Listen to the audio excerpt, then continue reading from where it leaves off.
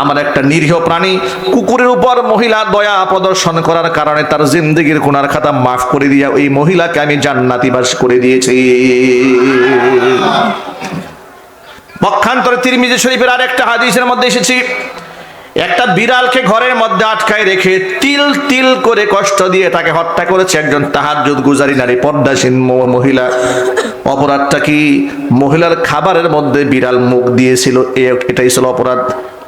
এই অপরাধে বিড়ালকে হত্যা করার কারণে আল্লাহর নবীকে আল্লাহ পাক জানিয়ে দিলেন জিবরিল মারফত, ও আমার হাবিব, এই মহিলাটি বিড়ালকে কষ্ট দিয়ে মারার কারণে মহিলার সারা জীবনের সমস্ত ভালো আমলগুলাকে আমি আল্লাহ নষ্ট করে দিয়েছি, মহিলাকে আমি জাহান্নামে ঢুকিয়ে দিয়েছি। জোরে বলে নাউজুবিল্লাহ। যে ধর্ম, যে দর্শনে, যে আদর্শে একটা কুকুরের দাম আছে, বিড়ালের প্রাণের দাম আছে, সেই ধর্মে মানুষের জীবনের মূল্য আছে না নাই? অথচ রাজনৈতিক প্রতিহিংসার কারণে সমাজের মধ্যে মানুষের জীবনের কোনো মূল্য মানুষ দেয় না। এমনকি ঘোষণা দিয়ে যে বলে অমুকে টার্গেটে আছে, তমুকে টার্গেটে আছে, এরকম কথা বলে। আল্লাহর কসম করে বলি, মানুষ খুন করার জন্য যারা এরকম টার্গেটের কথা উল্লেখ করে ওরা মানুষের সন্তান হতে পারে না। দেখতে মানুষের মতো হলেও ওরা জানোয়ার, কোনো সন্দেহ নাই। মানুষ কারা খুন করতে চায় জানেন?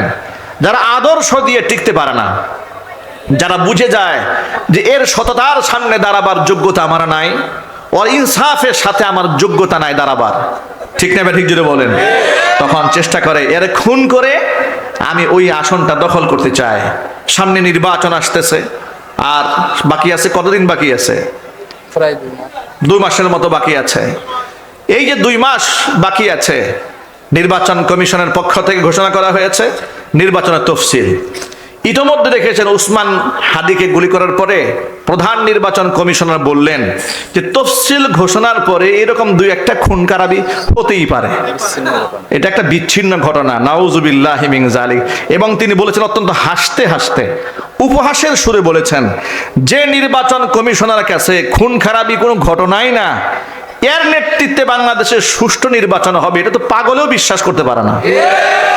কথা ঠিক নেবে ঠিক? এই নির্বাচনের কমিশনের আন্ডারে আপনি কেমনে একটা সুষ্ঠু নির্বাচন চিন্তা করেন তো?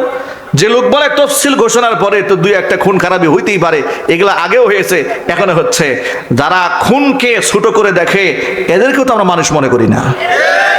এই নির্বাচন কমিশনের তো যোগ্য নয়, এ তো অযোগ্য ব্যক্তি, তার ব্যাকগ্রাউন্ড চেক করা উচিত। কথা বলতে হবে, ঠিক নেবে ঠিক? জাতির কাছে নিঃশর্ত ক্ষমা ভিক্ষা চাওয়া উচিত এই লোকের। এমন বেয়াদবিমূলক কথাবার্তা বলে কি করে?